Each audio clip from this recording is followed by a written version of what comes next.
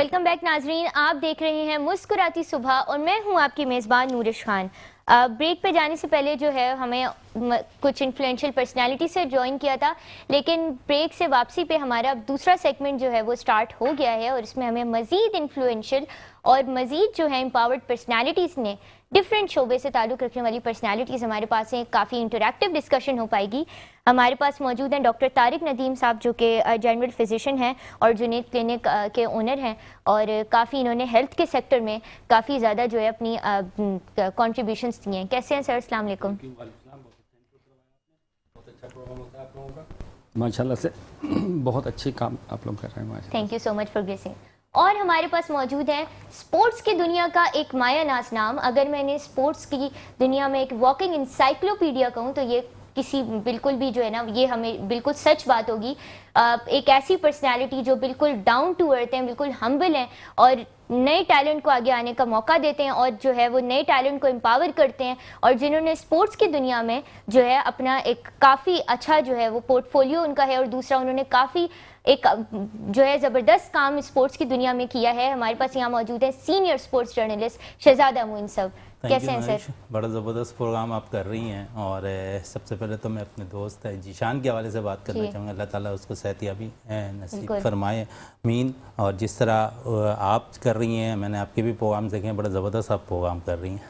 आप खुद भी माशाल्लाह शहजादा साहब खुद भी जो है वो वीनस टीवी के साथ और दीगर जो है वो निजी टेलीविजन के साथ मुंसलिक हैं और बहुत ज़बरदस्त स्पोर्ट्स शो करते हैं। इनके शोज़ जो है हमेशा एनर्जेटिक्स होते हैं, फन फील्ड होते हैं और बहुत कुछ हमें जो है सीखने को मिलता है एज अ व्यूअर।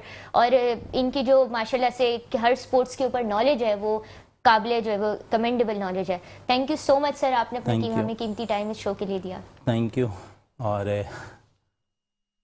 और हमारे साथ जो है वो लाइन पे हमारे पास मौजूद हैं मखदूम ज़ादा सैयद खुर्शीद हुसैन रिजवी साहब। अस्सलाम वालेकुम सर, आपको आवाज़ आ रही है मेरी?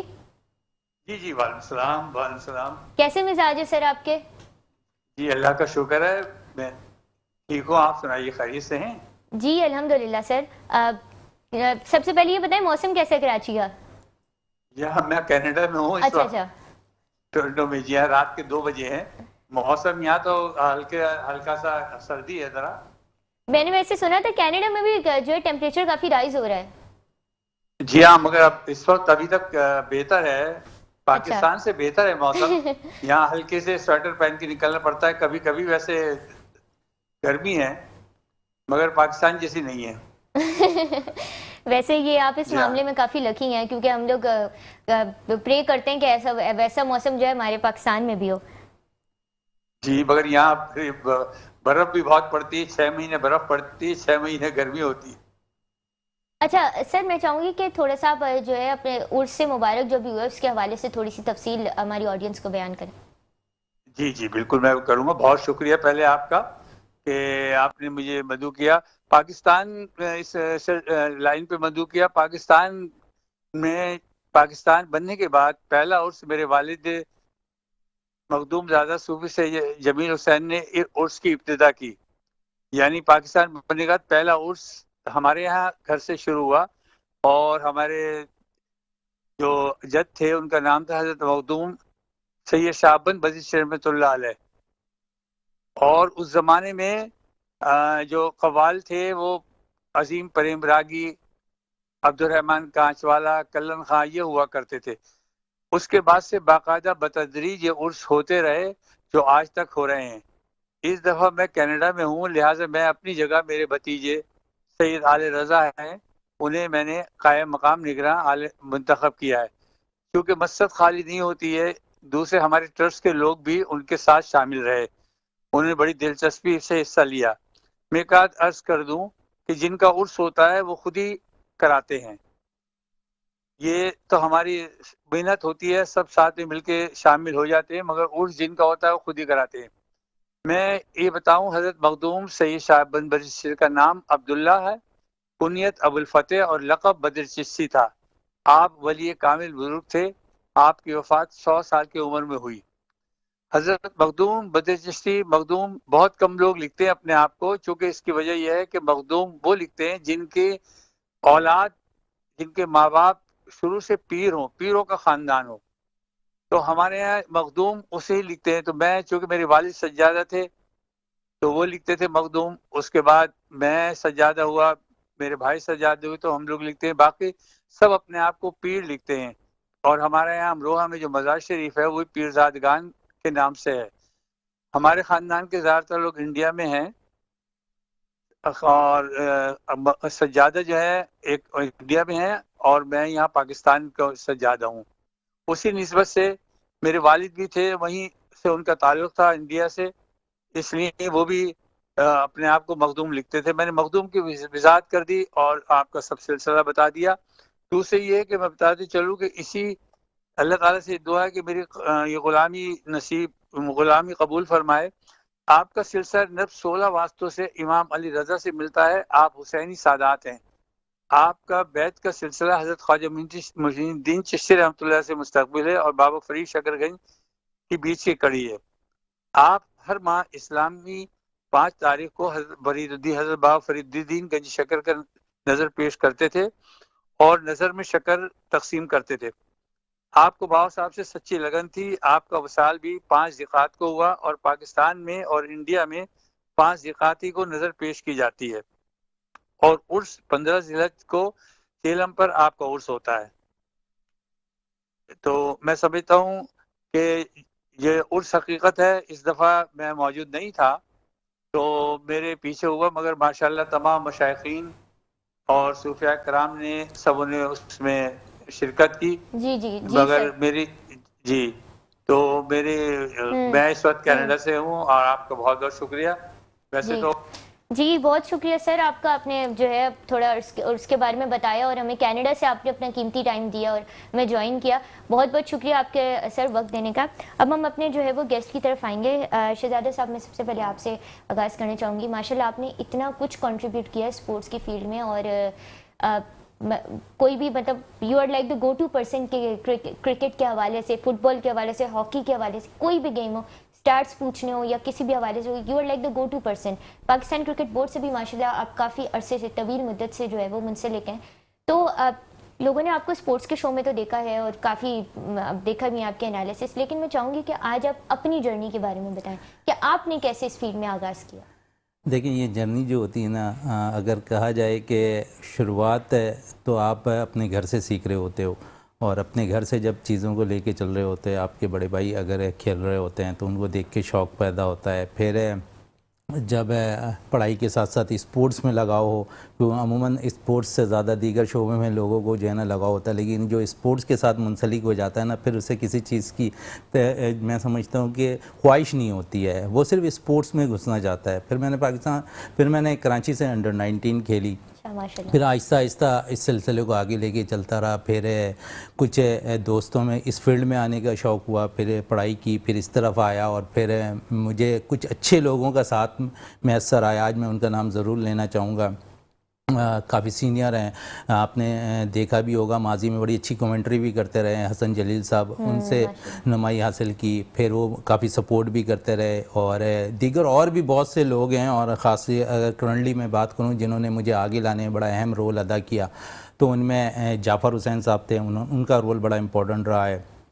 उसके अलावा अगर मैं बात करूं, असगर अजीम साहब है जो इस वक्त निजी टीवी से जो है मुंसलिक हैं और बड़ी ज़बरदस्त स्पोर्ट रिपोर्टिंग कर रहे हैं, काफ़ी वसी तजुर्बा भी वो रखते हैं।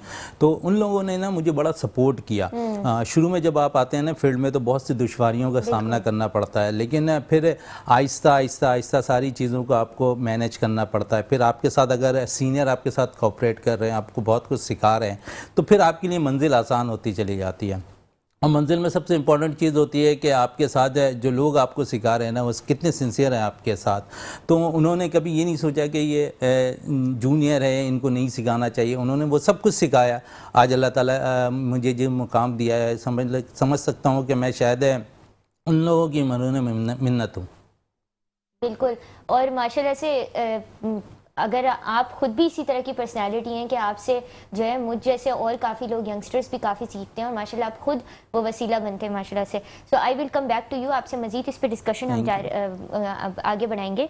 मैं डॉक्टर तारिक की तरफ साहब की तरफ बढ़ना चाहूँगी। डॉक्टर साहब, पता है आपको भी ईद उल अज़हा जो है गुजरी, एंड देन अभी हीट हीट मतलब गर्मी काफ़ी ज़्यादा कराची में हो रही है, वेदर बहुत अनप्रिडिक्टेबल है। तो अभी करेंटली किस तरह कौन सी जो बीमारियां या इस तरह के केसेस आपके पास कौन से सबसे ज़्यादा आ रहे हैं? बहुत बहुत शुक्रिया जी, आपने पहले तो इनवाइट किया। सबसे ज़रूरी देखें, अभी ये वेदर इम्पैक्ट 3 दिन पहले का आप देखें, कराची में बहुत हॉट वेदर था, 42 और फीलिंग लाइक 48 चल रहा था। अब और उसके दरमियान ईद आ गई थी, और ईद पे हमारे मुसलमान गोश्त नहीं छोड़ते, और कुछ हो ना हो, फ्रीजर लाइटें हैं नहीं, फ्रिज में आप उसको स्टोर नहीं कर सकते, तो बहुत माशाल्लाह लोगों ने गोश्त खाया।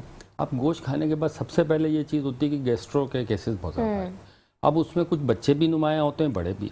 और जो हीट वेव आती है, हीट वेव में सबसे पहले जो हमारे पास केसेस आने शुरू हो जाते हैं बच्चों के हवाले से, वो डायरिया के होते हैं। वैसे तो डायरिया का एक मेन रीज़न आपको भी पता होगा कि रोटा वायरस होता है, लेकिन इस सीज़न में हॉट वेदर में बहुत सारे रीज़न्स आ जाते हैं। ख़ासतौर पे हमारे यहाँ सीवरेज का पानी वगैरह नीचे से, और फिर मीठा पानी, उसकी लाइनें आपस में मिक्सअप होती हैं, फिर वो पानी पिया जाता, तो गैस्ट्रो तो सारा साल ही चलता है। लेकिन इस वेदर में जब हॉट वेदर होता है तो इसमें थोड़ी इंक्रीज़ आ जाती है। अब उसको फिर हमें एज ए जनरल प्रैक्टिशनर देखना पड़ता है कि रीज़न क्या है। वैसे तो सिंपली बड़ी ईद और गोश्त और हॉट वेदर ये रीज़न में आ जाता है, तो उसको फिर जाहिर सी बात है वो बर्डन आता है लोगों पे। जाहिर सी बात, जैसे आज इन्फ्लेशन आजकल हो गई है, तो एक पेशेंट भी अगर दवाई लेने किसी एक फैमिली भी किसी एक बंदे की दवाई लेने जाती है, तो उसको कम से कम अच्छे खासे अमाउंट उसका एक्सपेंड उसमें खर्च हो जाता है, तो उसको पूरा करना ज़रा मुश्किल हो जाता है। अच्छा, यहाँ पे आपने बात की कि दवाइयाँ जो है वो महंगी हैं और थोड़ा जी, बिल्कुल। अफोर्ड करना डिफ़िकल्ट हो जाता है। तो एक तो सबसे पहले तो मैं चाहूँगी कि आप बताएं कि एहतियाती तदाबीर जो है हमारी आवाम क्या जी बिल्कुल, बहुत अच्छा क्वेश्चन किया आपने। देखें, महंगाई के हवाले से ये कि आजकल मेडिकल की फील्ड में भी हम लोग प्रिकॉशन या एहतियात को ज़्यादा वैल्यू देते हैं कि आप बीमार होने से बच जाएं। अब बीमार होने से बचना सबसे ज़रूरी चीज़ है, न कि बीमार होकर इलाज करवाना। जब आप बीमार होंगे तो इलाज की तरफ आपने अल्टीमेटली जाना है, लेकिन आप कोशिश ये करें कि बीमार ना हो। पूरी दुनिया में ट्रेंड सेट हो रहा है वैक्सीनेशंस का। आजकल पूरी दुनिया में ट्रीटमेंट से पहले आप वैक्सीनेट हो जाएं हर बीमारी से, तो आपके करीब बीमारी आएगी नहीं। तो अगला दौर जो आने वाला है वो अब वैक्सीनेशंस का है। तमाम बीमारी आता कि अभी तो शायद आपने मीडिया में ही है कि वैक्सीन कैंसर की भी आ चुकी है, कि आपको कैंसर भी नहीं हो सकता अगर आप वैक्सीनेटेड हैं। लेकिन अभी हमारे यहाँ ये मरहला दूर है, तो हमें प्रिकॉशंस वो करने जो ट्रेडिशनल हैं, ख़ासतौर पे बच्चों के, बड़ों में, कि हाथ धोएं। बाहर जो खुली जगहों पे हम जाते हैं खाना खाने के लिए, जो ठेलों वगैरह पे चीज़ें मिलती हैं, उनको अवॉइड करें। बच्चों को ख़ास तौर पे, और बड़े तो खैर जानते ही हैं, कि हाथ धो के चीज़ें इस्तेमाल करें। एंटेरिक फीवर आपने एक नाम सुना होगा, टाइफाइड का बुखार, बड़ा बुखार कहलाता है। ये मेनली होता ही कंटामिनेटेड वाटर की वजह से होता है। मक्खियाँ आई, आपके खाने पे बैठी, आपने खाना खा लिया, तो सीवरेज के पानी में इसके जरासीम होते हैं। सिंपली वहाँ से कंटामिनेशन किसी चीज़ में भी होती है। बच्चा वॉशरूम जाता है, हाथ नहीं धोता, या बाहर से आता है, खेलता है, उसी हाथ से वो खाना खा लेता है, तो सबसे पहले उसको टाइफाइड का बुखार आ जाएगा। सेलुलर टाइफाइड इसको कॉज करता है। तो अब सारी चीज़ ये कि हम सबसे पहले हाइजीन पे तवज्जो दें, पर्सनल हाइजीन। और बच्चों को हम जैसे दूसरी चीज़ें एबीसी सिखाते हैं, तो बच्चों को पर्सनल हाइजीन भी बताएं कि भाई आपने अपने आप को कैसे साफ़ रखना है। हमारे इस्लाम तो खैर इस पर बहुत ज़्यादा इंसिस्ट करता है कि सफाई निस्फ़ ईमान है, तो हम बहुत सारी बीमारियों से सिर्फ सफाई से बच सकते हैं।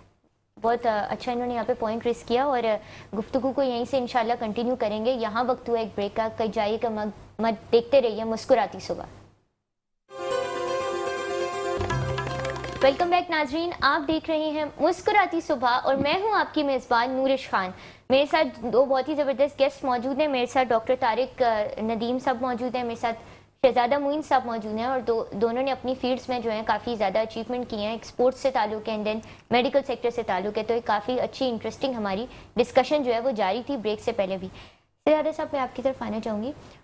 स्पोर्ट्स पे आपको पता है कि थोड़ी सी हम देखते हैं कि थोड़ी सी इनक्वालिटी हमें देखने को मिलती है इन टर्म्स के। अक्सर पाकिस्तान के अंदर जो स्पोर्ट्स होते हैं उसमें थोड़ा ये क्रिटिसिज्म आता है कि क्रिकेट को ज़्यादा फोकस किया जाता है, जो हालांकि हॉकी हमारा नेशनल गेम है। लेकिन अभी हमें आई थिंक कल या परसों जो है वो हॉकी का मैच हुआ था बड़ा ज़बरदस्त 3-1 से, जिसमें हमें फ़तह मिली थी। लेकिन वो भी जो है आधी आवाम को पता ही नहीं था कि कोई मैच हो भी रहा है। तो मैं आपका इस पर थोड़ा पर्सपेक्टिव जानना चाहूँगी कि इस हवाले से आप क्या जो है वो अब हुकूमत से चाहेंगे कि क्या इनिशिएटिव्स लिए जाएँ, या क्या इस तरह का हो सके कि खेलों बिल्कुल नौरिश, अगर बात करें ना, कौमी खेल हॉकी है और जिस जहाने पे पहुंचा है तो शायद इसमें कसूर मैं समझता हूं कि बहुत से ओलंपियंस का भी है, हुकूमत का भी है, जिन्होंने सपोर्ट नहीं किया। आप अभी भी देखें कि योमिया जो है खिलाड़ियों को डेली अनाउंस नहीं मिलते हुए दिखाई दे रहे हैं, तो मसाइल तो अभी भी इनके लिए हॉकी प्लेयर्स के साथ खड़े हुए हैं। फिर पाकिस्तान टीम में अभी नेशन हॉकी कप के अंदर जो है सेमीफाइनल आज खेलेगी और बड़ा ज़बरदस्त मेरी उम्मीद है कि पूरा टूर्नामेंट अच्छा खेल रही है। तो आज का मैच भी पाकिस्तान में फ्रांस के ख़िलाफ़ है, पाकिस्तान का सेमीफाइनल है। पिछले मैचेस की आप बात कर रही हैं, पहला मैच पाकिस्तान ने खेला मलेशिया से और पाकिस्तान ने 3-3 गोल से उस मैच में बराबर रहा। फिर दूसरा मैच आप जापान जैसी बड़ी टीम के ख़िलाफ़ खेल रहे थे, वहाँ आपने फतह हासिल की 3-2 से। फिर तीसरे मैच में न्यूजीलैंड से आपको शिकस्त ज़रूर हुई 4-3 से, लेकिन आपने बड़ा ज़बरदस्त उस मैच में अपनी कारकर्दगी दिखाई। तो ओवरऑल इस टूर्नामेंट के अंदर जो है ना, पाकिस्तान हॉकी टीम ने बड़ा अच्छा परफॉर्म किया। लेकिन दूसरी तरफ अगर देखें तो वही मसाइल हैं और आज भी वो हॉकी टीम उन्हीं मसाइल में घिरी हुई है। तो ये मसाइल जब तक हल नहीं होंगे ना, तो मैं नहीं समझता कि हॉकी ज़्यादा बेहतर हो। क्योंकि अगर देखें 2012-2014 के बाद से पाकिस्तान हॉकी टीम की जो रैंकिंग थी ना, वो नीचे से नीचे चली जाती रही। और इस वक्त जब 2021 की अगर मैं बात करूँ तो हम 18वें पोजीशन पे थे। फिर कुछ बेहतरी आई हॉकी के अंदर पाकिस्तान हॉकी टीम की, और फिर पाकिस्तान हॉकी टीम जो है 16वें नंबर पर पहुंची। फिर इस वक्त करंटली जो है 13वें नंबर पर हम मौजूद हैं। ओवरऑल इस टूर्नामेंट में हमने अच्छी कारकर्दगी दिखाई है। उम्मीद करते हैं कि यहाँ भी पाकिस्तान टीम आज सेमीफाइनल खेल रही है फ्रांस के ख़िलाफ़, वहाँ अच्छी कारकर्दगी दिखाए, रैंकिंग पाकिस्तान हॉकी टीम की अच्छी होगी। और दूसरी बात आपने कहा ना कि लोगों को पता नहीं होता, लोगों को उस वक्त पता चलेगा जब आप इसकी पब्लिसिटी करेंगे। कौमी खेल हमारा हॉकी है, आप किसी बच्चे से पूछ लेंगे यार पाकिस्तान कौमी हॉकी टीम का कप्तान कौन है, पाकिस्तान हॉकी टीम का कोच कौन है, तो वो शायद ना बता सके। तो ये जो है सबसे बड़ा अलमिया है, क्योंकि कौमी खेल हमारा हॉकी है। फिर हॉकी पे जिस तरह हम बात कर रहे हैं और जिस तरह आपने कहा कि हुकूमत की सरपरस्ती, तो मैंने आपको बताया कि जब हॉकी फेडरेशन ने अपने खिलाड़ियों को, पाकिस्तान स्पोर्ट बोर्ड अपने खिलाड़ियों को पैसे ना दे, तो इस दहाने तक हॉकी पहुंचनी है। और ये सिलसिला अगर ऐसे जारी रहा तो बहुत मुश्किल है कि हॉकी सर्वाइव कर सके। तो पाकिस्तान कैसे के इम्प्रूव किया जा सकता है? इम्प्रूव के लिए आपने जो है ग्रास रूट लेवल से काम करना है। आप माजी उठा के देख लें तो आपको स्कूलों से अच्छे प्लेयर्स मिला करते थे। सारे ओलंपियंस, अगर कराची की मैं बात करूं तो सारे ओलंपियंस मुख्तलिफ गवर्नमेंट स्कूल से आया करते थे।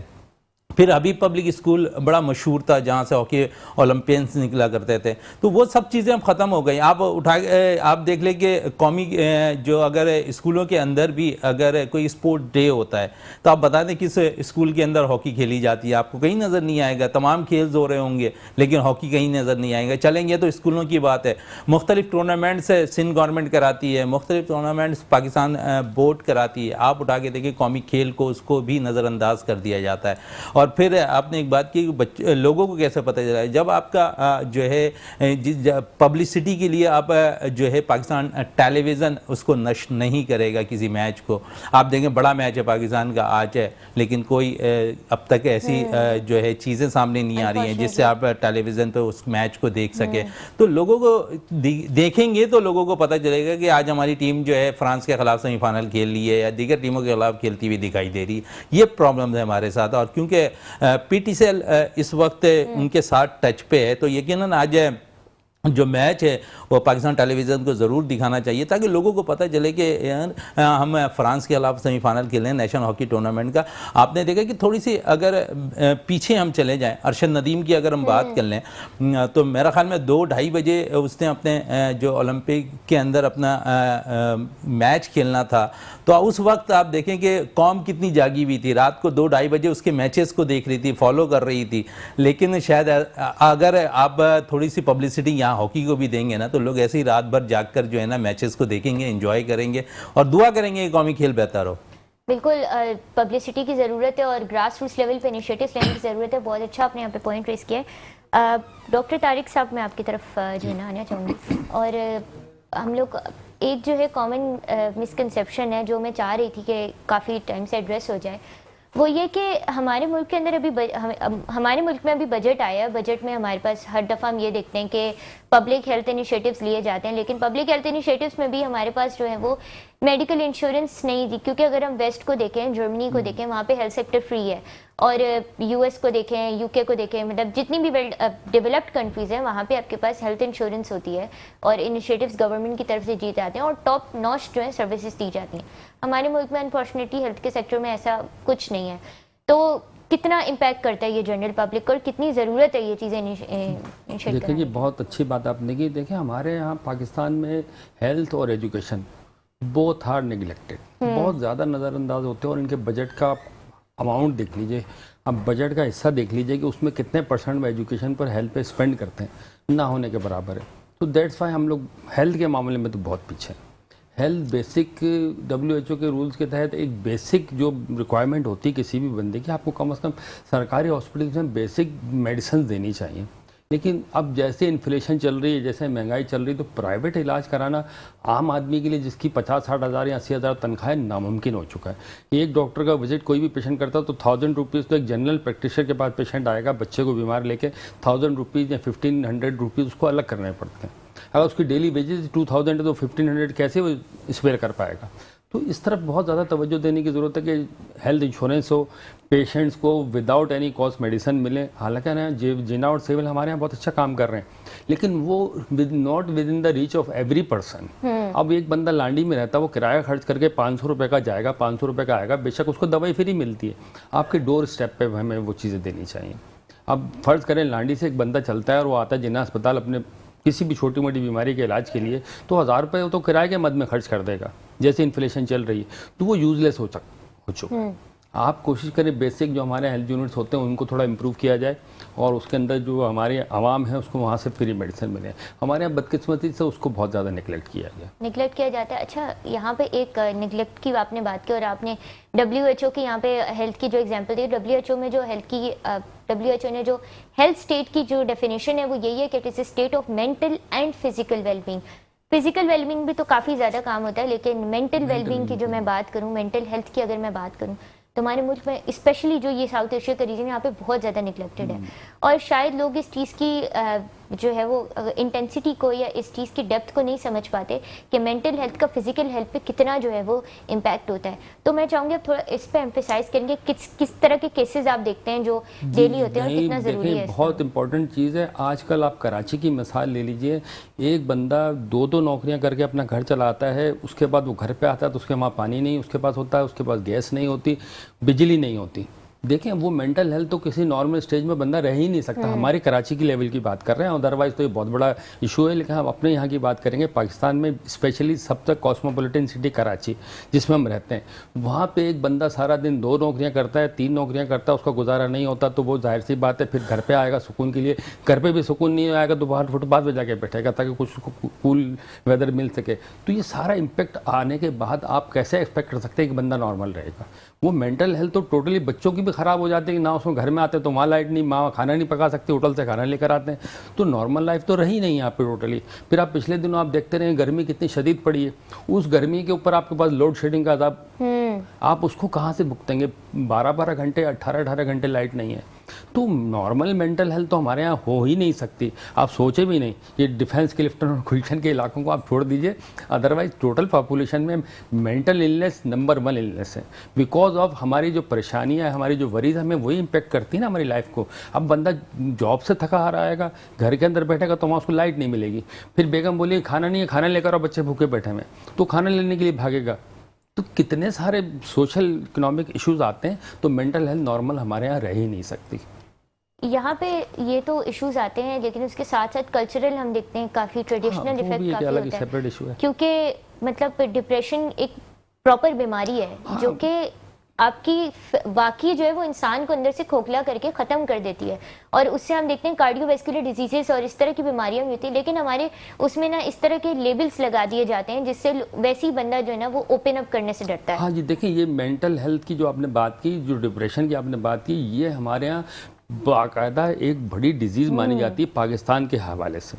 इंटरनेशनली तो खैर है, क्योंकि ये ज़रूरी नहीं कि आपका पेट भरा हो, आपका दिमाग भी मुतमईन होना चाहिए। आपको दिमाग को हम लेते नहीं है, भाई उसको दौरे पड़ रहे हैं पीर साहब के पास ले जाओ, एग्जैक्टली इसको झटके पड़ रहे हैं, इसको बुखार हो गया, ये पीर साहब दम कर देंगे। हम इस तरफ आते नहीं है। बहुत सारे केसेस हमारे पे ऐसे आते हैं कि वो जब हर तरफ से मायूस होते हैं तो फिर कहते हैं कि हाँ इस बच्चे को दिमागी बीमारी है।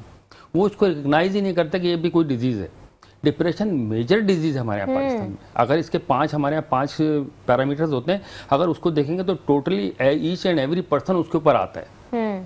तो उसकी वजह ये है कि हम जिस सोशल इकोनॉमिक कंडीशन में रह रहे हैं, मसाइल में जिनके साथ हम लड़ रहे हैं, उनके अंदर रह के आप नफसियाती बीमारियों से दूर रह ही नहीं सकते। हमारे पास जब पेशेंट आता है, जनरल प्रैक्टिस में बात करूँ, बल्कि डॉक्टर्स के पास भी, तो वो डॉक्टर बैठते पहला इंप्रेशन से देख लेता है कि बंदा कहाँ से परेशान है। परेशानी सबसे बड़ा इशू है।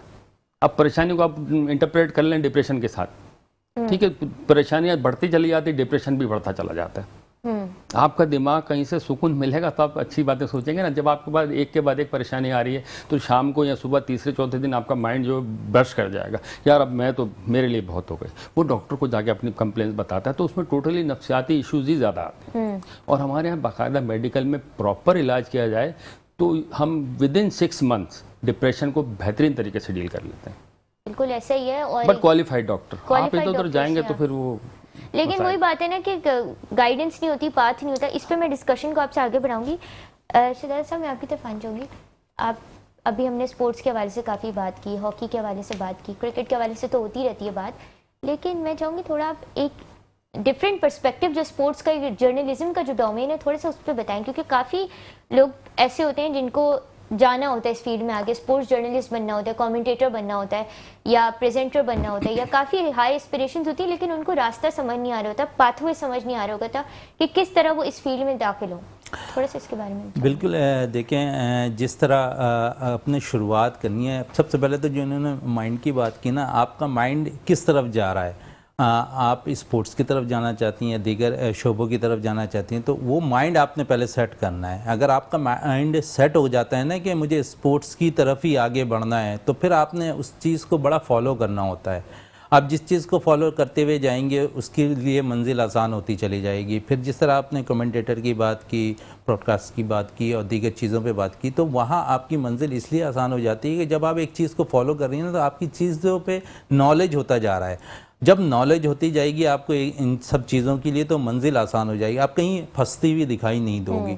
तो उसके साथ साथ जिस तरह आपके पास रास्ते मिलते जाएंगे और फिर आप पढ़ाई के साथ साथ आगे की तरफ उस पर तवज्जो देती जाओगी, तो वो चीज़ें आसान होती जाएंगी। जब आसान होंगी तो मंजिल आसान हो जाती है। और फिर जब आपके लिए रास्ते मिल जाए या कोई एक कड़ी आपको मिल जाए कि ठीक है, मुझे किसी ने इस तरफ आगे लेके जाना है, और फिर वो रास्ता आपके लिए आसान हो जाए, फिर मंजिलें आसान होती चली जाएं, तो रास्ते आपके पास खुद बनते चले जाते हैं। अगर आप किसी चीज़ का शौक़ रखती हैं, जब आप शौक़ ही नहीं होगा आपके पास उस चीज़ का, तो फिर आप फॉलो ही नहीं कर सकती उस चीज़ को।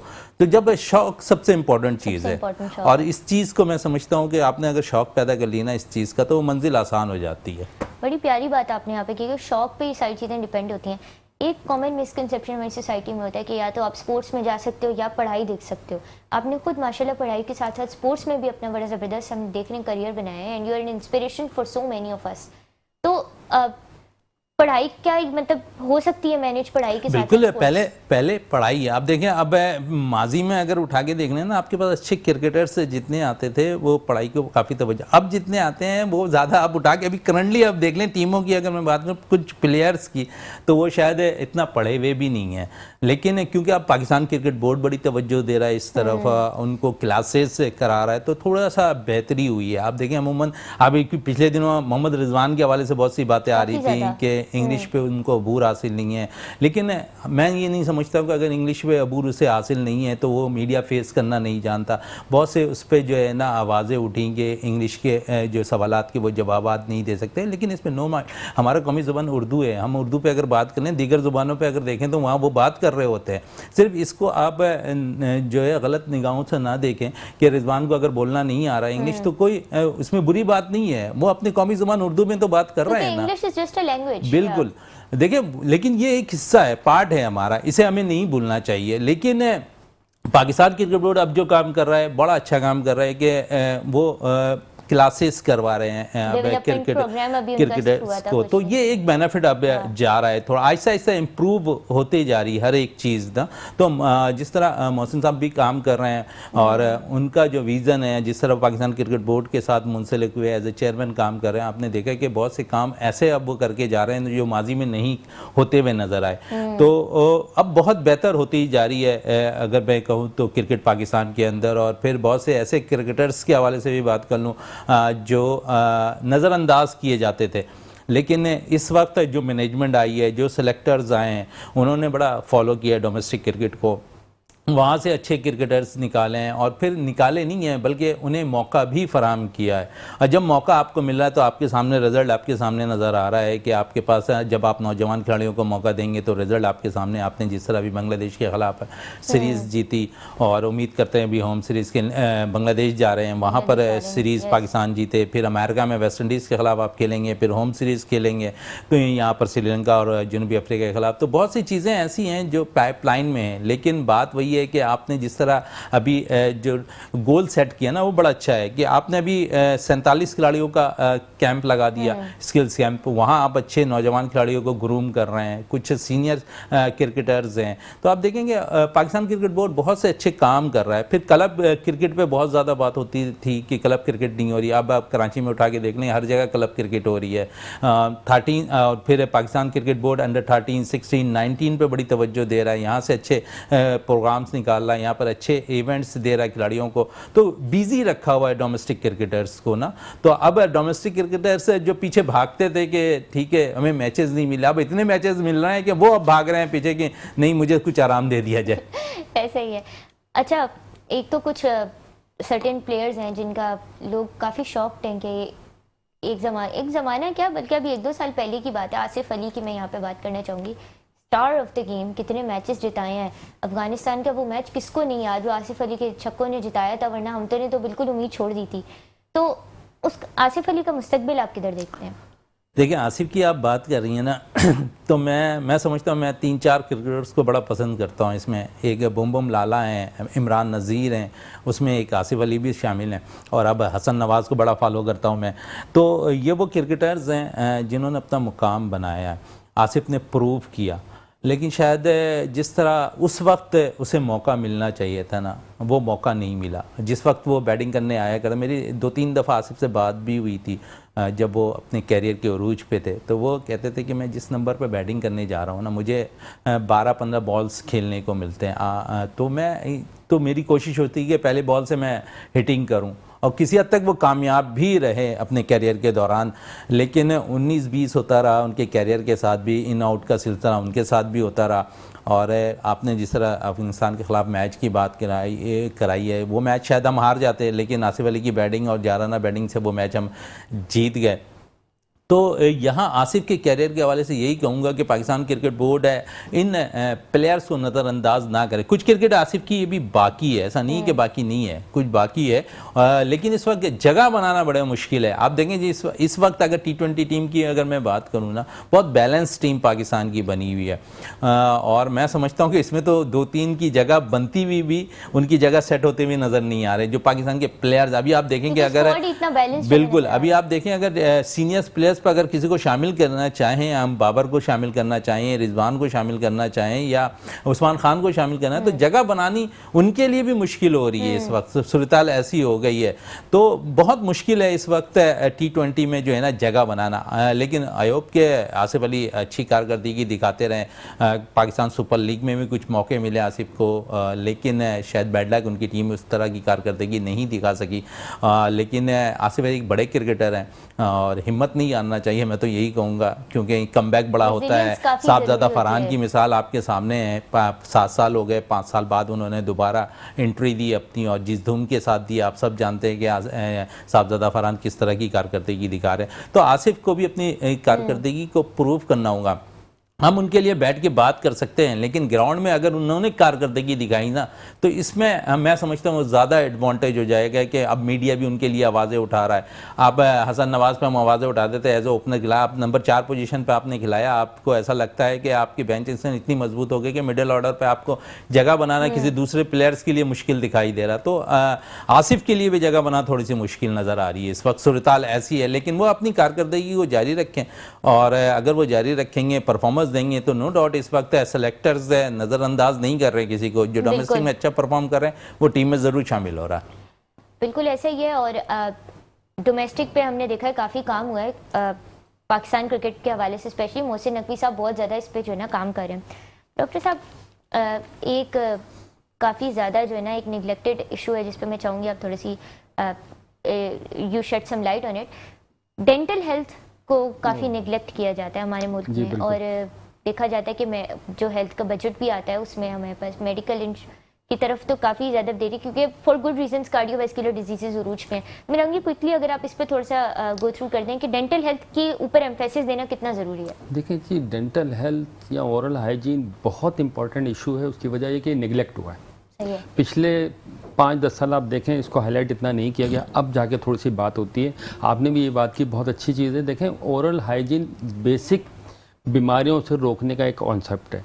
अब आप बच्चे को शुरू से अगर सिखाएंगे कि उसको 2 टाइम ब्रश करना है, खाना खाने के बाद ओरल लेंस करना है, कुल्ली करनी है, तो उसको पता लगेगा कि मुझे कुछ करना। अब हमारे यहाँ बड़े ही नहीं करेंगे तो बच्चे कहाँ से फॉलो करेंगे।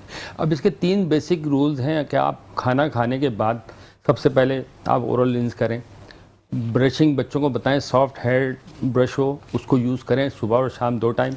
तीसरी चीज़ है कि आप अच्छा माउथ वॉश दिन में 1 दफ़ा या 2 दफ़ा उससे ज़रूरी है करना। तीसरी चीज़ है कि आप बच्चों को ब्रशिंग के एडवांटेजेस बताइए।